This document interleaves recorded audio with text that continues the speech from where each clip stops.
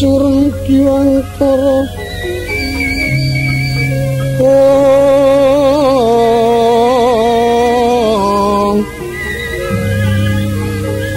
lir manguswa kang layon ilang sirna danya memanise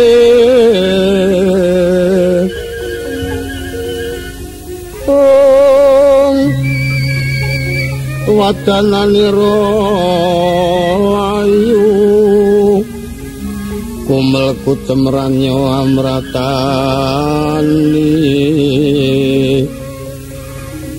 marang sariranipun melestenya lutira kawang-wang gegono bangsu mirat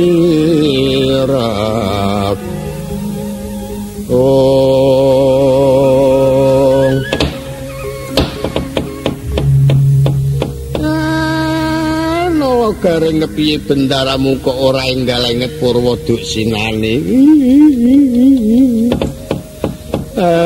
Piye Truk Ndara Janaka kok njuk ambruk. Ki kok gak ngerti wong bungah kira nemu susah.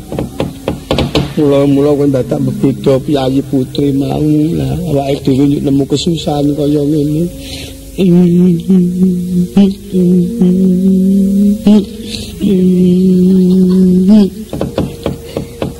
Wah jan mudele Petruk ki bahaya.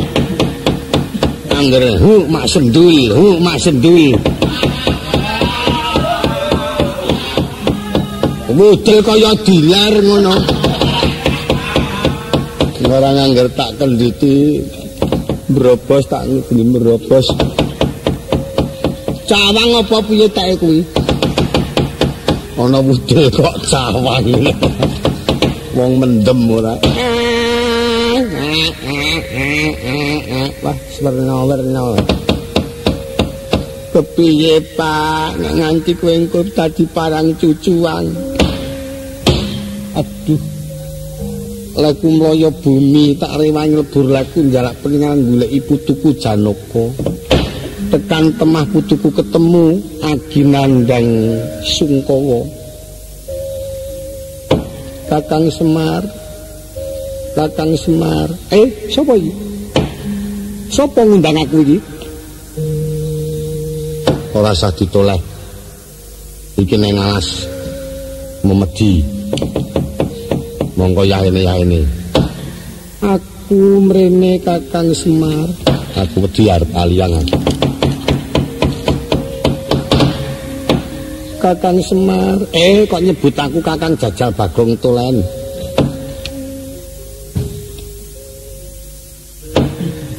Ana wong wedok.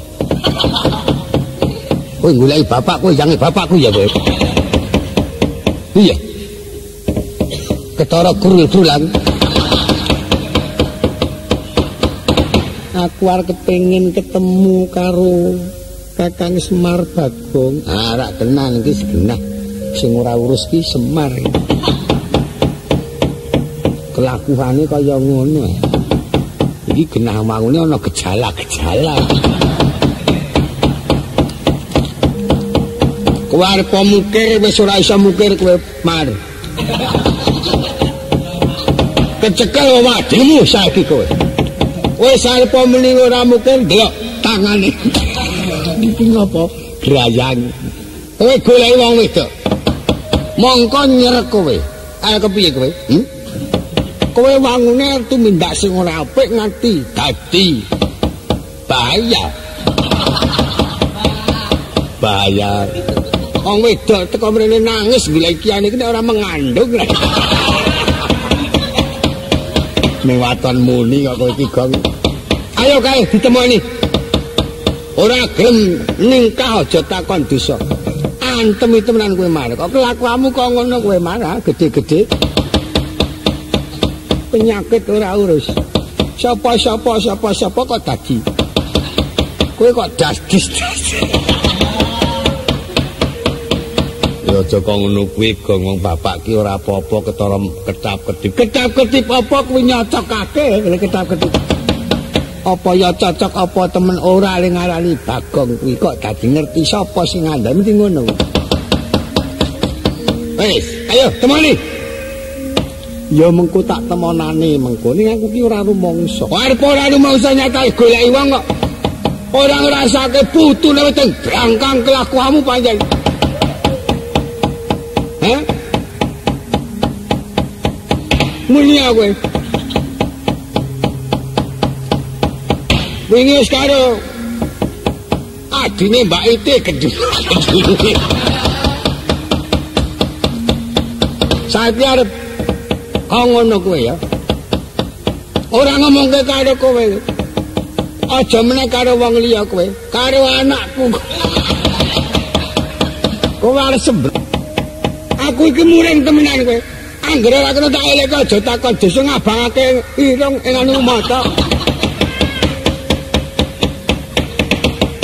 Bagong ae nesu ngene iki ora. Lah wong tuwa ta, Truk, kok dadi ora ngerti lek ora iso nggawe dadi wong tuwa wis jajal iki lho. Ketoke bedengguk. Marep ngidul lihat-lihat kono nek kuwi. Rumangsane luput kuwi.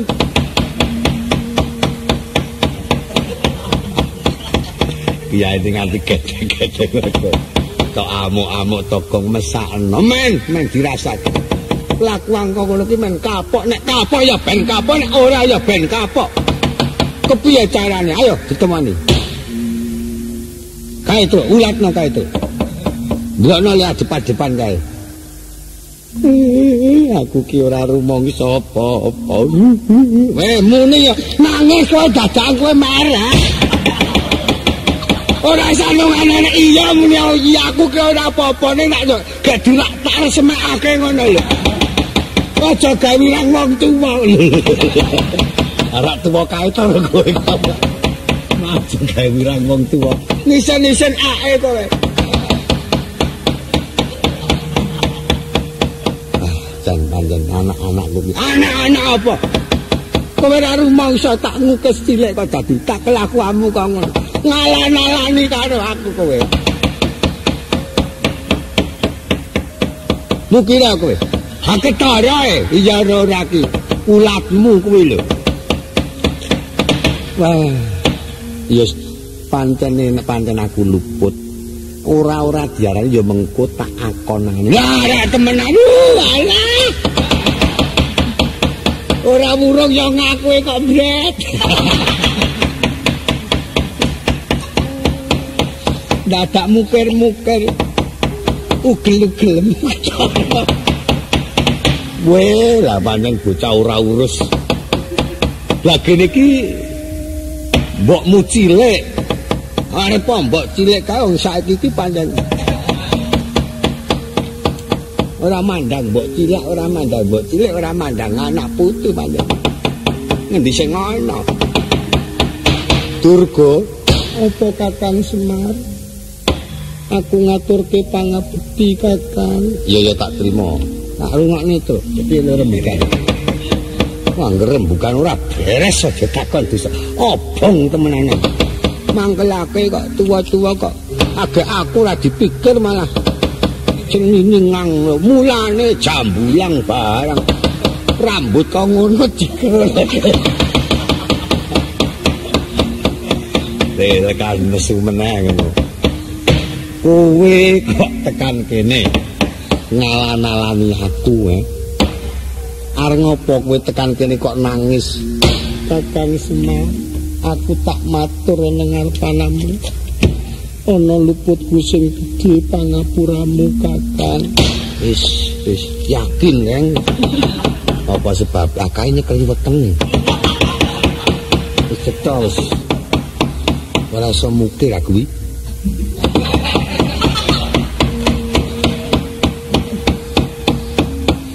ketara sing wedok nyekeli weteng arep muni ora nangis ya rungokno rembuke kepiye wis cateti to ndak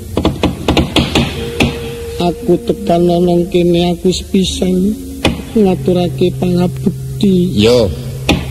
Kaping pindhone aku arep nyuwun pengadilan. Nah, rak tenang to. Njaluk pengadilan kepiye gandeng aku kaya ngene mesti ngene. Pengadilan apa? Kabeh para widodari wis tau ngladeni karo putuku Janaka. Apa sababe kok dadi aku durung tau ngladeni putuku Janaka? Mongko iki wis ngarepake perang Baratayuda. Yen putuku Janaka ora sifat adil, ora gelem dhaup karo aku, mesti aku ora trima. Padha dene widodari, padha dene wanita. Bisa uga besok yen Bratayuda aku malah ngobrak-abrik para Pandhawa. Awit sangka muntaping pamikirku Janaka ora sifat adil. Ewa semono. Yen pancen Janaka sipate adil Palamarta, kudune ora ketan kepiye carane gelem mondhong karo aku. Mayar kandes obah patak dodo kuluta. Petro, lho Bagong kuwi jiwata sana kuwi. Nek ngaran-ngaran wong tuwa nganti deg-degang. Nah, sebabnya apa? Iki mbokmu cilik adikku. Betari Durga. Heeh. Ning tak senengi, ora? Iki uru-uruan ndang nyekat omong. Dheweke kepengin arep njaluk dipondhong karo Ndara Janaka ngono. Awit para widodari kabeh wis tau dipondhong iki durung iki gugat kepengin njaluk dipondhong Ndara Janaka. Barang kaya ngono kuwi. Alah. Ora tepo-tepo kowe iki Mar. Ya wong kok ngono kok adolake kaya kene iki agak aku wis mambu wis ora. Wis ora butuh kaya anune apa wujute ngono ayo kalang lali ya wong ngono kok dipasrahke Ndara Janaka ya ora nyebut ngono bigana watu engko sikil aja kesusu-susu nesu mangkelake to wis agek wujute wae ora guyu nyengenges Palkon mondhong Ndara Janaka iki piye jajal nanti wong kono noleh mengko nek kae njaluk dipondhong iki kaya gelem lan kowe lila kae gugat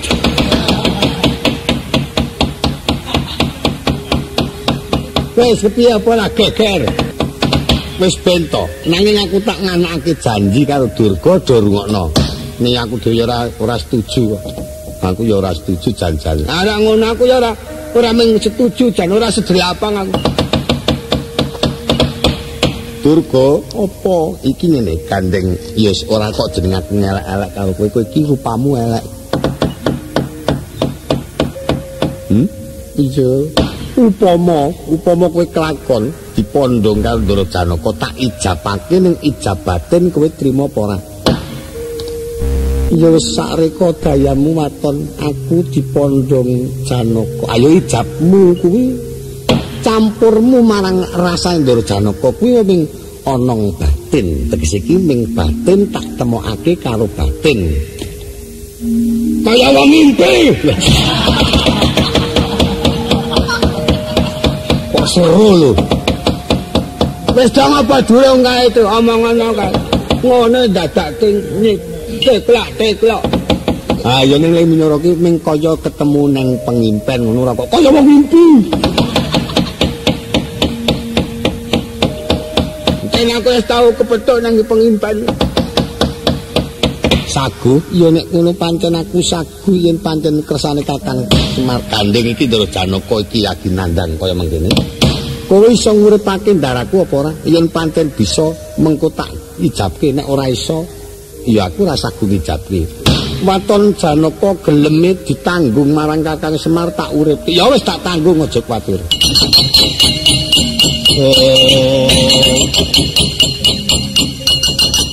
Sikro mangrakiting lawang sasangka macarana jagat kang kinarya momong saliran nira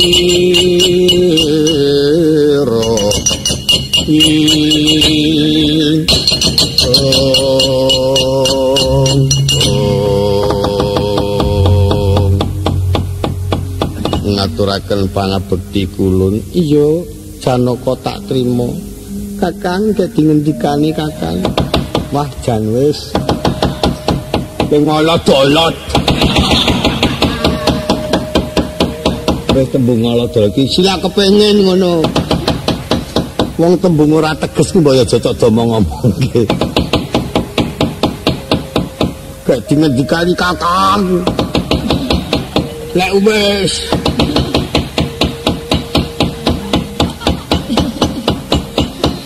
Den apa niki ngaten Betari Durga niki jan-jane tresna kan panjenengan lan piyambakipun gugat kabeh para widodari wis tau ngladeni panjenengan kok piyambakipun durung tau pian pondong niki karepe Durga kepengin sampean pondong wis gak dipondong gak kali desa kapure kok lho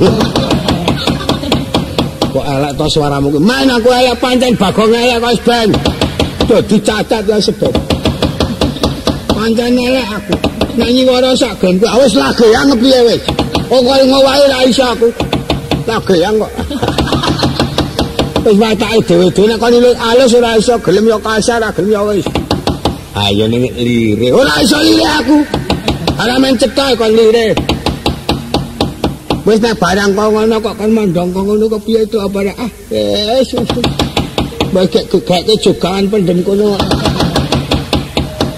Bagong Wilien Truk Bagong wae ora tok les omong wae tak tutupane cangkeme angger kita kemongso omong mangkelake ket mau ngomong wae wis tak bungkeme reng njurut carane kepiye ngatasi kuwi pepundhenku apa kira-kira ora kena tulasare yen nganti aku raga-ragah mondonge yang Betari Durga nek pancen sampeyan iku sifat aneh jagat ora kena tulasare ning kepeksa aku ora bisa Kakang ora bisa wong elek kok wah tanganku kontal ya dibungkem ya mangun barang elek kok ngono kok agak semangaten katresnan ki nek mergo ndelok kanan kang endah pemandangan kaya alas kok dibacut-bacutake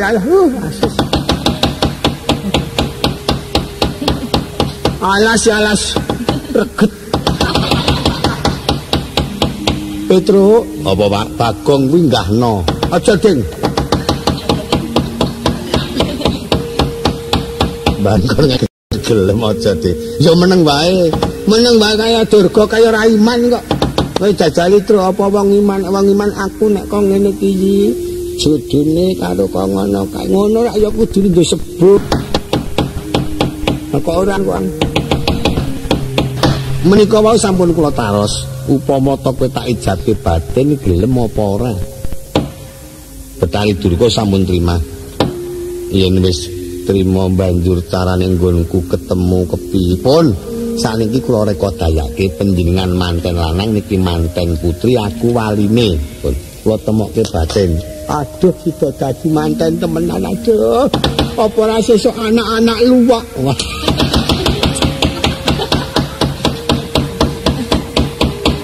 wong sengit kene nyata sak geleme dhewe nek kok ngono kae dibatutake tenan ora netepi kan gajah aturku wis tenan to kesripane moh layat tak ngale aku ora tegel aku ndelok kahanan kang nyolowati Betari toko capo pila Semar Badrana yo matek aji mujijat aji kumayan jati yang estine manah arsa nepangaken Raden Bathara awit sangka kawegi terus bisinanggi Raden Janaka kali mangsang batang jroning batin uda wedane datar miwang marang Betari Uma. Mapane kala semana iku wayangane Batari Uma.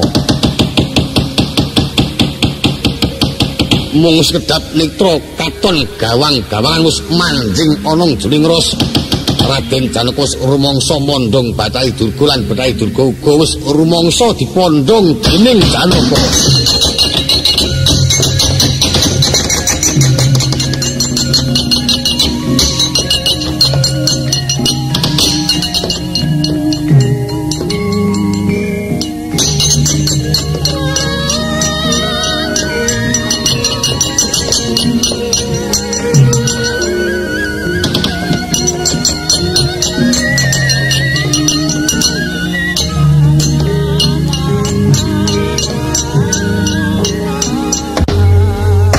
Kepiye Durga?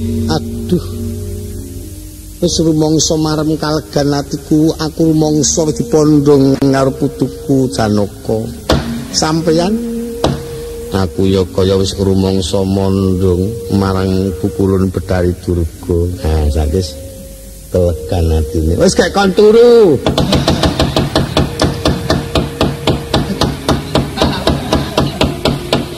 Nari kok ya kok. Mau minggat kok dene meneh lho. Ini wis tek koncu. Le mayir temen. Wis kelegan.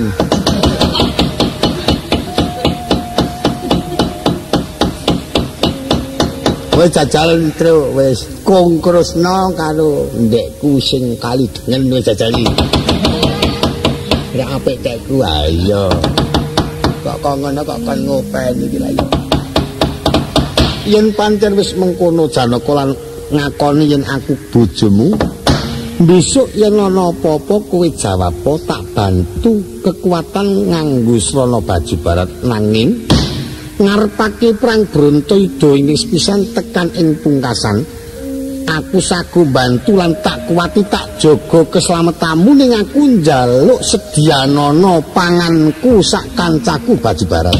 Yo kowe sing tanggung jawab aku tak eling-elingi mengkono Kakang Semar. Aku nyuwun pamit, aku ngiguhke marang para baju barat supaya bisa bantu anggone bakal manding ayuda bojoku ya putuku Janaka.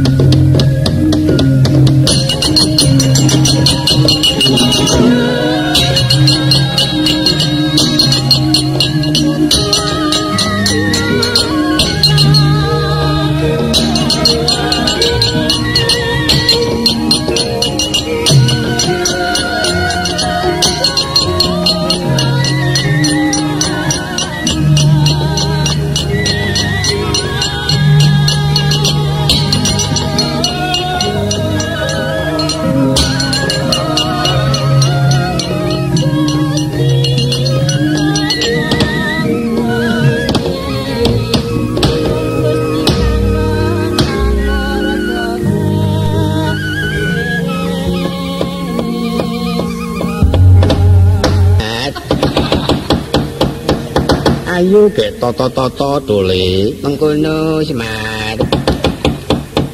Rumangsa kok kaya wong tuwek kan lho. Karo bapakne ming marmer-marmer.